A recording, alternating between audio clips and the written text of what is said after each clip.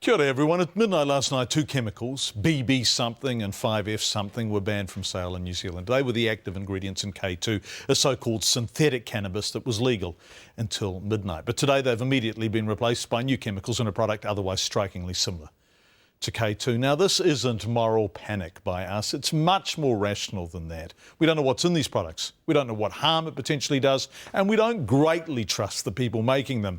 In short, we've no idea what we're dealing with here, ironically much more so than is the case with cannabis itself. And legal highs are huge with children. And if you don't believe us, watch this. Tristram Clayton is the reporter. Manurewa, South Auckland, and two teenagers are getting ready for school. Only instead of eating Weet-Bix, they're smoking synthetic cannabis.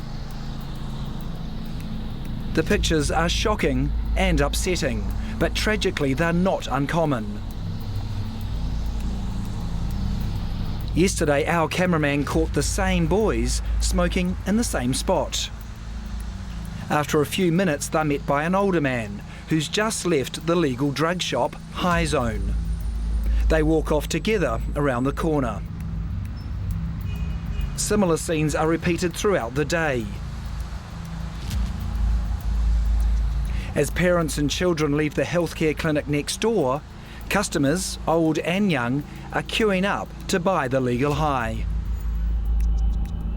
It's the last day the current batch of K2 can legally be sold, and users seem keen to get their hands on it. But for those inside the shop, the ban isn't a concern at all. What happens after today? Today we'll be, getting new products, new range of products. Oh, are they still doing the same one? They're already made. Oh, yeah. We're going to get the supply tomorrow. Oh, okay. Tomorrow, day after tomorrow. So don't worry, we'll always have stocks. Ban? What ban? The replacement highs are already on their way. And when it comes to getting rid of his existing stock, the shopkeeper seemed more than willing to break the law. So what happens with the old product? It all goes back to the supplier. Aye. Yeah. And if there's some demand, then we'll keep it. Yeah. Oh, true? Yeah, we might. I'm not sure at the moment. I need to talk to the owner, what he does. Any chance I can buy? Any chance on getting a couple more for cheaper? Otherwise, I'm not going Maybe tomorrow, brother. Maybe tomorrow. Yeah, maybe. Not sure. On Monday, when our cameras were in full view, the shopkeeper was much less confident. Here he is deciding not to open the shop as long as we're outside. But that hasn't stopped those working in the shop from making a sneaky sale. One customer's told me he's just bought 4 grams of this stuff from a car window at the back of the shop. It's a measure of how desperate the shopkeeper is to offload his merchandise. It also shows how much money there is to be made. Over the course of the day we filmed, we counted at least 15 customers every hour. That's a sale every 4 minutes. And when you're talking a $10 profit per bag of K2 sold, it's fair to say this business, right in the heart of Manurewa, is making thousands of dollars every day. If you wanted to do the greatest amount of damage with these substances, that would be a great place to open your store. So yes, and at every level really, it's inexcusable. Timothy Wilkinson says there's been a rise in graffiti, loitering, break-ins and dealing since the shop opened next door to his surgery 2 weeks ago. Users sometimes light up in the surgery's doorway, and some elderly patients have been afraid to come to appointments. Then there's the harm to the users. The kids get very withdrawn, can be very violent. Talk of suicide, very common. Just accentuating all those feelings that normal teenagers have, but without the ability to put that in perspective. Police in Manurewa say since the store opened last week, a 14-year-old has been caught selling synthetic cannabis. 2 other boys, aged 9 and 10, have been hospitalised, and a 16-year-old admitted to hospital after attempting to commit suicide. The fact that someone thinks it's okay to make a profit, clearly knowing that very shortly this is going to be an illegal trade, and surely knowing that of the damaging effects of these drugs, really, and to feel that that's okay, it's astonishing. So who are these people and how do they justify their business?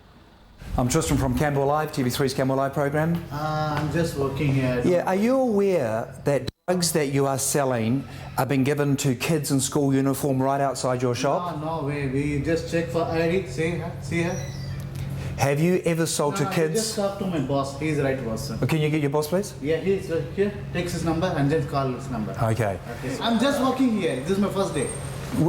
First day today? Yeah. Well, are you concerned about the effects this shop is having on the youth of this community? You just want to talk to my boss. I'm just working here. I wasn't going to get much out of him. Time to ring his boss, William Kashyap. Unsurprisingly, there wasn't any answer. So what about the owner of the building? What does he think about the business being run out of his property? Mr. Suri, are you aware that the drugs that are being sold in that shop are being given to school-aged children in uniform?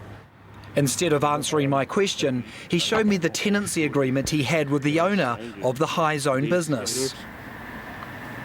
Sale of legal cigarette and cigars and other associated products.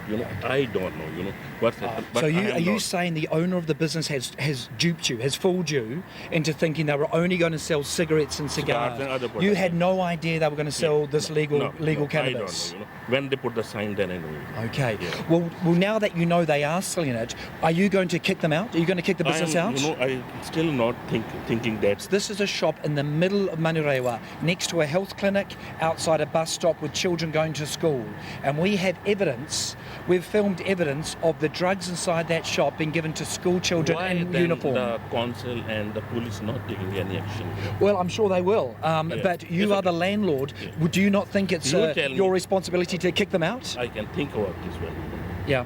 So you're going to think... I got a partner, a business partner. I talk to her and see, what's going on. So he'll talk with his business partner and see.